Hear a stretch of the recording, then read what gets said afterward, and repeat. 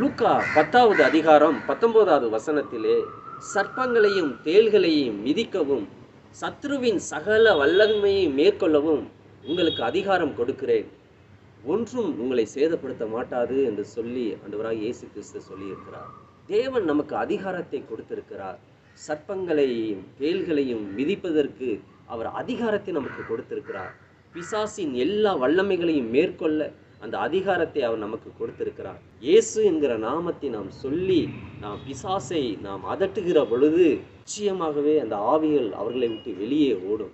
ஏனென்றால் இயேசு என்ற நாமம் எல்லா நாமத்துக்கும் அது மேலான நாமம். வானோர் பூதலத்துள்ளோர் யாவருடைய முழங்கால்களும் முடங்கும்படியாக பிதாவாகிய தேவன் தம்முடைய குமாரனுக்கு இயேசு என்னும் நாமத்தை அவர் கொடுத்திருக்கிறார். ஆகவே இயேசு என்னும் நாமத்தை பேய்கள், பிசாசுகள், சத்துருக்கள் அது கேட்கும்போது அதற்குள்ளே இருக்கிற அந்த அசுத்த ஆவிகள் அந்த நபரை விட்டு வெளியே ஓடுகிறது. அதனால தான் நாம் மார்க் எழுதின சுவிசேஷத்தில் வாசிக்கிறோம், விசுவாசிக்கிறவர்களால் நடக்கும் அடையாளங்கள் என்று சொல்லி அங்கே வாசிக்கிறோம். என் நாமத்தினாலே பிசாசுகளை துரத்துவார்கள் என்று அங்கே நாம் வாசிக்கிறோம்.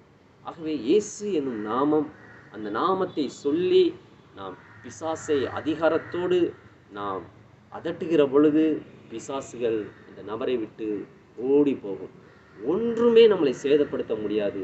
தேவனை நாம் நோக்கி நாம் கூப்பிடுகையில் அவர் நமக்கு வல்லமையை கொடுக்கிறார், நமக்கு வரங்களை கொடுக்கிறார், நமக்கு அதிகாரத்தை கொடுக்கிறார்.